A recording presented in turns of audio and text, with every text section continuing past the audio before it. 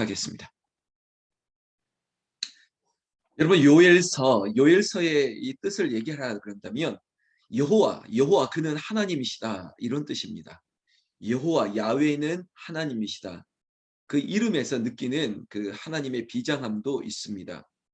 왜냐? 어려운 시기에도, 그리고 절망의 시기에도, 우리가 마지막 끝이라고 하는 이 절망적인 이 종말의 시대에도 하나님이 과연 부재하신 것 아닌가라고 말할지 모르겠지만은, 여호와 그는 하나님이시고 그 여호와가 하나님 되심을 인간이 보기에는, 인간이 지금 누리는 모든 상황 속에서, 절망적인 곳에서도 하나님은 희망이 되시고 하나님이 살아 역사하심을 알게 하실 것이라는 것입니다. 여러분, 오늘 우리가 보고 있는 요엘서 석장 가운데 그 시작하는 부분에 있어서 뭐 자세한 설명이 있지도 않습니다. 단지 부두엘의 아들 요엘에게 임한 여호와의 말씀이라 라고 시작하면서 바로 본론으로 들어가는 것 같이, 사실 요엘서의 시대적 배경이 언제일 것이다 라고 자세하게 이 1장부터 3장까지 이 상황을, 이 이야기를 봐서는 정확하게 알 수도 없습니다. 어느 왕 때, 어느 시대에 이 부두엘의 아들 요엘이 예언을 했을까, 뭐 이런 얘기를 알 수 있는 방법이 사실은 없습니다. 그럼에도 불구하고 어느 때쯤일 것이다, 많은 신학자들이 얘기는 하나, 그러나 성경에 기록이 없는 것을 굳이 이것을 정확하게 이때다 말할 수는 없을 것 같습니다.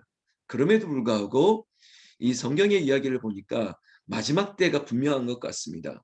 그래서 그 마지막 때가 대략 이런 거죠. 이방의 침략이 있고, 아니면 자연적인 재해가 있거나, 뭐 이런 전염병이 돌거나, 이런 것들이 겹칠 때 마지막 때를 우리는 느끼게 되는 것인데, 지금 요일이 겪고 있는 시대도, 시대적 절망도 그런 것입니다. 이방의 침략이 있습니다. 그리고 자연적인 재해가 있습니다. 그로 말미암아 고통을 당하고 있는 현실들을 그려내고 있다 보니까, 여러분, 종말이라는 것이 우리가 살고 있는 이때를 마지막 때인구나라고 말할지 모르겠지만, 초대교회 때도 초대교인들도 마지막 때라고 얘기하고 있었습니다. 여러분, 중세시대에 패스트, 흑사병이 돌 때도 이게 마지막 때이구나라고도 말했습니다. 그러다 보니까 마지막 때를 우리가 함부로 우리가 이때다라고 말할 수 없으나, 그러나 마지막 때인 것으로 우리는 생각이 될 수밖에 없죠. 여러분, 그때는 오직 여호와 하나님만 아실 것입니다. 그래서 오늘 요엘서 이름도 여호와 하나님이시다. 그리고 우리에게 있어서 이 절망의 종말의 시대에도 하나님은 일하고 계심을 우리는 인정해야 되는 것입니다. 그러나 지금 상황이 웃음기 없는, 쫙 빠진, 정말 덮치고, 또 이건 또 몰아치고, 우리가 해결할 수 없는 상황들을 보고 있는 것 같죠. 자, 오늘 이 시작하는 본문에 있어서 하나님이 우리에게 무슨 얘기를 하실지 우리 한번 좀 보도록 하겠습니다. 그리고 오늘 저녁 예배도 조금 더 이어서 하겠습니다. 여러분, 2절 말씀에 늙은 자들아, 그리고 또한 이 땅의 모든 주민들아, 들으라고 얘기하고 있습니다. 하나님의 음성을 들으라. 여러분, 역설입니다. 들으라고 강조하는 것은 안 듣는 거예요. 애들에게도 야, 엄마 아빠 말씀 좀 들어라. 제발 좀 딴 데 쳐다보지 말고 내 말 좀 들어봐. 들어라. 그만큼 말을 많이 한다는 것은 안 듣는다는 거 아니겠습니까? 그런 반증이겠죠. 여러분, 신명기 같은 말씀도, 여러분, 이 신명기가 우리 한글로 이렇게 신명기 하니까 좀 의미가 다가오지 않지만, 우리가 익숙한 한자로 한다면 이거 거듭 명령을 우리에게 기록한 거거든요. 그리고 영어로 한다면 듀오라고 하는, 듀트롤로마, 듀오, 2번, 3번 언급하는 것이죠. 그러니까 중요하기 때문이기도 하고, 그만큼 그 음성, 그 말씀을 듣지 않는 시대에 하나님께서 또 얘기하는 것이죠. 여러분, 특별히 이 마지막 때의 이 백성들, 인간들의 모습이 어찌했는지를 우리는 조금 있다가 알 수 있는 대목들이 나올 건데, 하나님은 늙은 자들아, 여러분, 이 늙은 자들이 그저 인생을 많이 산 그런 연륜이 있는 분들 뿐만 아니라 그 시대의 지도자들, 장로들, 그 원로들, 이것까지 다 포함하겠죠. 그리고 또한 이 땅의 모든 주민들아라고 하는 거 보니까, 하나님을 믿노라 하면서도 그렇게 온전히 믿지 못하는 모든 백성들을 지칭하는 것일 것입니다. 그러면서 말합니다. 귀 기울여라. 지금도 말씀하고 아니 이전에도 말씀하고 여러분 하나님의 말씀이 멈춘 적이 있었겠습니까? 하나님이 안 계신 적이 있었습니까? 마치 뮤르 아야과의 소설 가운데도 등장하지만 여러분 우리가 눈으로 보기에는 지금 어제 오늘 새벽처럼 비가 내릴 때 그리고 또 비가 뭐 소나기가 막 내릴 때 아니면 먹구름이 쫙 가려 있을 때 지금 우리가 눈을 들어 볼 때는 야 어둡네 해가 없네 뭐 이렇게 말할 수밖에 없겠죠. 그러나 여러분 그냥 우리가 알고 있는 과학적인 상식으로 우리 눈에 가려 있다고 해서 태양이 존재하지 않는 건 아니지 않습니까? 비가 내리기 때문에 태양이 없어진 건 아니지 않습니까? 그런데 우리는 하나님에 대한 부재, 하나님이 일하심 이것도 마치 내가 누리는 상황, 내가 보이지 않는 것 때문에 하나님은 안 계시구나, 하나님은 없구나라고 말할 수는 없는 거라는 것입니다. 오늘도 이 요엘이 이렇게 얘기하고 있습니다. 귀를 기울여 들어보아라. 너희의 날에는 너희 조상들의 날에 이런 일이 있었느냐? 마치 전무후무한 큰 재앙이 따르고 있다는 것입니다. 그러나 사실은 어, 지금 말할 요엘이 말할 지금 겪고 있는 재앙들은 이미 이 조상들이 아니면 우리 백성들이 이런 재앙들을 닥칠 때 그때를 생각할 수 있는 일들을 알게 하고 있습니다. 그 대표적인 게 바로 메뚜기 재앙입니다. 성경 말씀 3절 4절에 이렇게 얘기하고 있습니다. 너희 자녀는 자기 자녀에게 말하고 그 자녀는 후세에게 말할 것이니라. 지금 우리가 당하고 있는 이 재앙이 4절 팥중이가 남긴 것을 메뚜기가 남긴 것을 느치가 남긴 것을 황충이. 여러분 이 메뚜기 종류에 대해서 너무 꽂히지 마십시오. 내가 알고 있는 느치가 뭘까 황충이가 뭘까 이런 거보다 여러분 이 메뚜기 재앙이 4번에 걸쳐 4차에 걸쳐 진행되고 있다는 것입니다. 메뚜기. 여러분 지금도 뭐 저 아프리카나 중국 어디에 보면 메뚜기 떼가 이렇게 쫙 지나가서 뭐 다 갉아먹었다 이런 해외 뉴스 같은 걸 들을 때도 있지 않습니까? 문제는 이 메뚜기가 지나가게 되면 그만큼 곡식에게도 사람에게도 큰 해를 끼친다는 것은 알고 있는 것이죠. 그런데 이게 연속으로 여러분 엎친 데 덮친 격으로 4번이나 지나간 거예요. 그러니까 완전히 씨를 말려버리는 거죠. 쫙 쓸어버리는 것이라는 겁니다. 여러분 농경사회에 이런 일들이 이렇게 겹치면 어떻게 살겠습니까? 여러분 이런 재앙들이 계속적으로 연달아 오면 어떡하겠습니까? 정말 마지막 때라고 생각할 수밖에 없겠죠. 그리고 이 재앙을 겪고 있는 이스라엘 백성들에게는 여러분 마치 트라우마처럼 아니 오히려 하나님이 크게 역사하셨던 그 과거의 이야기를 연상할 수 있을 것입니다. 뭘까요? 여러분 애굽에서 있었던 8번째 재앙 바로 메뚜기 재앙이겠죠. 메뚜기 재앙. 그들이 바로의 그 강팍함을 견딜 수가 없었죠. 하나님께서 첫 번째 재앙부터 해서 7번째, 8번째까지 재앙을 통해서도 꿈쩍하지 않았지만 그러나 그 재앙이 정말 처참했다는 것. 그들은 그때의 사건을 떠올랐을 것입니다. 그런데 그때의 이야기가 떠오르지만은 근본적으로 다른 것이 있습니다. 뭐냐 하면 그때 하나님께서는 메뚜기 재앙을 누구에게 내렸냐면 애굽의 백성들에게 하나님의 백성을 괴롭히고 하나님의 백성을 놓아주지 않는 애굽 전역에 내린 것인데 지금의 메뚜기 그리고 뭐 느치, 황충 뭐 이런 것 4번에 걸쳐서 쫙 몰아붙이는 이 재앙은 안타깝게도 이스라엘 백성들에게 임한 재앙이라는 것입니다. 큰 차이 아닙니까? 애굽 세상을 대표하는 애굽에 내린 재앙이 지금 우리에게도 임하고 있다는 이 백성들, 이 자녀들, 후손들에게는 이런 아픈 기억으로 남을 것이라는 것입니다. 여러분 그러니까 인간이니까 그런 생각하시면 할 수밖에 없겠죠. 하나님이 우리를 버리신 거 아닌가? 우리는 때로는 어제도 제가 그런 이야기를 좀 했지 않습니까? 하나님이 나를 버리신 거 아니야?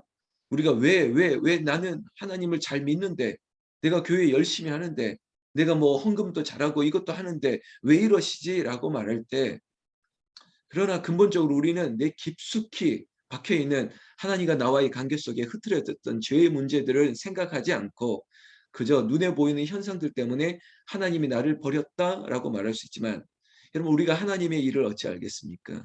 하나님이 정말 우리를 버리셨을까요?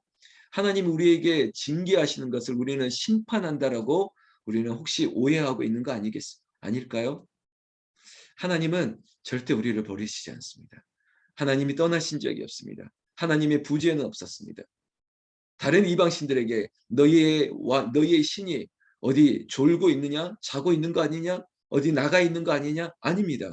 하나님은 절대 우리를 떠난 적도 없으시고 우리를 주목하고 늘 낮의 해 그리고 밤의 달 그리고 우리를 성치 않도록 늘 지켜보호하셨던 하나님, 그 하나님이 이 재앙 가운데서도 없으셨다? 저는 그렇게 말하지 않습니다.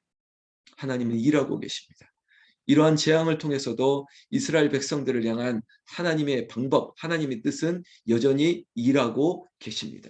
사랑하는 성도 여러분, 지금 우리가 당하는 일들 때문에 우리는 혹시 야 이제는 끝이구나, 이제는 끝났구나, 봐봐 지금 뉴스를 봐봐, 지금 세상 돌아가는 거 봐봐, 야 이제 하나님이 이 땅을 포기하시는구나, 혹시 그렇게 느끼실 수 있으나 여러분 그러지 않을 것입니다. 확신합니다. 하나님 우리를 버리시지 않습니다. 여러분 이때 뭐 요즘 뭐 QR코드, 바코드 없으면 야 뭐 세상 못 살겠구나. 뭐 먹는 것도 못 사겠구나. 야 그때 그랬더니 결국은 이 메리칩, 야 뭐 손목에 표가 있고 미간에 뭐가 있지 않은 이거는 이제는 안 되는구나. 그러니까 야 666의 이야기가 맞구나. 우리도 무슨 표를 받아야지만 이제 마지막 때에 살 수 있겠구나. 여러분 그렇게 섣불리 해석할 필요 없습니다. 하나님은 반드시 우리를 구원하시고 우리를 지켜주시고 우리에게 회복의 날 마지막 때라도 하나님이 이스라엘 백성들 내 백성들 지금 우리에게도 이 시대적인 요엘서가 시대적인 상황을 정확하게 알 수 없었다라고 하는 이야기가 우리에게 주는 또 다른 의미가 있습니다. 그거는 시대를 초월할 수 있는 지금 우리가 느끼고 있는 이 마지막 때에 우리에게 주시는 말씀, 여호와가 하나님이시고 이 종말의 때 하나님께서 여전히 소망을 우리에게 주시고 그 소망인 마침내 성령께서 임재하시듯이 이 늙은 사람에게 이르기까지 젊은 아이에게 어린아이에게 이르기까지 하나님이 어떻게 역사하시고 어떻게 건져주실 것을 우리에게 말씀하고 있을 것이라는 거죠. 자, 너무 이렇게 광의적으로 말하는 것 같은데 오늘 부분만 좀 얘기하면 자, 이 메뚜기 재앙이 이렇게 휙 휘몰았습니다. 그러면서 느끼는 게 뭘까요? 인간들은 되게 두려움이 있겠죠. 그리고 인간이 가지고 있는 것은 죄책감에 대한 죄에 대한 공포가 있습니다. 아, 우리가 이래서 이런 거 아닐까? 이래서 이런 일을 겪고 있는 게 아닐까? 그때 5절 말씀에 요엘서가 외치는 소리, 취하는 자들아 너희는 깨어 울지어다. 포도주를 마시는 자들아 너희는 울지어다. 뭐 이렇게 얘기하면서 술 취하지 말라. 그리고 너희들이 지금 어디에 흥청망청 지금 이 시대가 어떤 시대인데 그리고 이 시대를 이러게 한 것이 누구 때문인 것일까? 이런 것들을 마치 각성하는 음성을 소리를 치고 있는 것입니다. 6절 말씀에도 다른 한 민족이 내 땅에 올라왔음이로다. 이 수가 많다. 이빨은 사자의 이빨 같아. 어금니는 암사자의 어금니 같도다. 정말 강력한 이 이방 민족의 침략으로 인해서 고통당하고 있는 현실들, 그 현실들이 그대로 그려지면서 얘기하고 있습니다. 결국은 너희들이 취하고 그것을 포도주를 마셨던 이 모든 7절에 내 포도나무를 멸하고 내 무화과 나무를 긁어 말갛게 벗겨버리니 그 모든 가지가 하얗게 되었도다. 너희들이 이것으로 말미암아 마시고 취하고 너희들이 누렸던 달콤한 모든 것들이 이제는 싹 여러분 전염병이 돌고 아니면 자연재해가 있고 그리고 전쟁의 위협이 일어나고 이게 요한계시로 말하는 마지막 때이기도 한데 마지막 때의 어떤 상황이기도 한데요. 이런 것들이 지금 몰아치고 있는 이때 아직도 너희들은 듣지 않고 있느냐? 아직도 너희는 술 취해 있느냐? 아직도 너희는 하나님 여호와를 알지 못하느냐? 각성하고 있는 것이죠. 그러면서 9절 8절부터 너희 처녀가 어렸을 때 여러분 앞서서 대상들 뭐 늙은 자들아 그리고 모든 주민들아 그리고 너희는 처녀가 어렸을 때 뭐 이렇게 얘기하면서 온 백성들이 죄가 지금 마지막 때의 모습처럼 죄가 관영한 시대 마지막 때의 모습을 다 그려내는 것이죠. 슬퍼라는 것입니다. 여러분, 이 약혼하고 그리고 결혼해야 될, 특히 이스라엘의 결혼식은요, 축제거든요. 우리처럼 뭐 낮에 하거나 해가 있을 때 하지 않아요. 이스라엘의 결혼식은 밤에 하거든요. 밤에. 그리고 저도 이스라엘에 다녀온 적이 있는데 그 호텔에 있을 때 정말 호텔에서 밤에 결혼식을 하는데 정말 흥이 많은 민족인 것 같아요. 막 춤을 추고 신랑과 신부가 춤을 추고 온 하객들도 춤을 추면서 그런 결혼식장을 생각한다면 지금 처녀가 약혼한 남자로 말미암아 굵은 배로 동이고 애곡을 한다. 이거는 아이러니한 거죠. 그럴 수 없는 거예요. 너무나도 기쁜 날, 지금 마지막 때는 기쁠 수가 없다는 것을 우리에게 알려주고 있는 대목인 거예요. 자, 9절에 소재와 전제가 여호와의 성전에 끊어졌다. 온전한 예배가 없었다는 겁니다. 여호와께 수종드는 제사장이 슬퍼하는 것입니다. 여러분, 성전을 찾는 자가 없으니 여러분 제사장이 슬퍼할 수밖에요. 그러니까 지금 영적으로도 완전히 무너진 시대, 그리고 세상은 너무나도 악한 시대. 여러분, 이 본문을 보면서 목사님, 지금 우리가 사는 시대 아닙니까? 예, 코로나 뭐 델타 오미크론 겹치고 덮치는데 이거 어떻게 하면 좋겠습니까? 이 세상의 정세, 주변 정세도 마찬가지입니다. 뭐 강대국끼리 서로 으름장을 놓고 있습니다. 미국과 중국의 강대강 이거 이러다가 전쟁이 일어나면 어떻겠습니까? 뭐 여러 가지 염려들이 있을 수 있겠죠. 그러나 알 수는 없겠죠. 10절에 밭이 황무하고 토지가 마르고 곡식이 떨어지고 포도주가 말랐고 기름이 다였다. 그러면 이거 다 뭐 오늘 지금 보고 있는 것은 절망의 모든 끝을 보고 있는 것 같은 것이죠. 11절에도 농부들아 너희는 부끄러워할지어다 포도원을 가꾸는 자들아 곡할지어다 이는 밀과 보리 때문이라 밭의 소산이 다 없어졌다. 수고해도 경작을 해도 거두어지는 것이 없다는 것입니다. 노력함이 얻어지는 것, 열심히 하면 되는 것, 여러분 하나님을 멀리하고도 내가 세상에서 살아갈 수 있다. 여러분 이 모든 시도들은 무너질 수밖에 없다는 것입니다. 12절에 포도나무가 시들고 무화과 나무가 말랐고 석류나무, 대추나무, 사과나무, 밭의 모든 나무 다 시들었으니 이러므로 사람의 즐거움이 말랐도다. 이 모든 상황, 오늘의 성경 말씀까지 보면 뭐 희망이 하나도 없죠. 그러나 여러분, 여호와가 하나님이십니다. 그리고 여호와의 때를, 절망의 때를 하나님께서 회복하시는 성령의 역사하심이 여기서부터 어떻게 보여지고 있는지 오늘 저녁에 우리는 보게 될 것입니다. 그리고 사랑하는 성도 여러분, 희망을 잃지 마십시오. 그저 세상에서 말하는 근거 없는 희망, 정치인들이 말하는 공허한 약속이 아니라 하나님은 반드시 일하십니다. 여러분들이 기도하는 그 기도 제목, 그것이 하나님에게는 일하심이 될 것입니다. 당신이 기도하는 그 어머니, 그 아버지, 그리고 그 아들, 딸들, 그리고 형제, 자매들 이름을 부르실 때마다 그리고 나를 하나님께서 사용하시고 그 기도의 역사하심으로 하나님의 때, 왜 이럴 때 이렇게 어려움을 당합니까? 이럴 때 병원에 있으면 안 되지 않습니까? 아닙니다. 하나님은 아십니다. 하나님은 아시고 정말로 저에게도 말씀하신 분처럼 이럴 때 이 시기를 좀 지났으면 좋겠습니다. 어려운 시기를 지나고 하나님 때가 있었으면 좋겠습니다. 그렇다면 기도하면 그대로 하나님께서 회복하시고 구원해 주시기를 나는 예수님의 이름으로 축원합니다. 축원합니다. 우리 다 같이 기도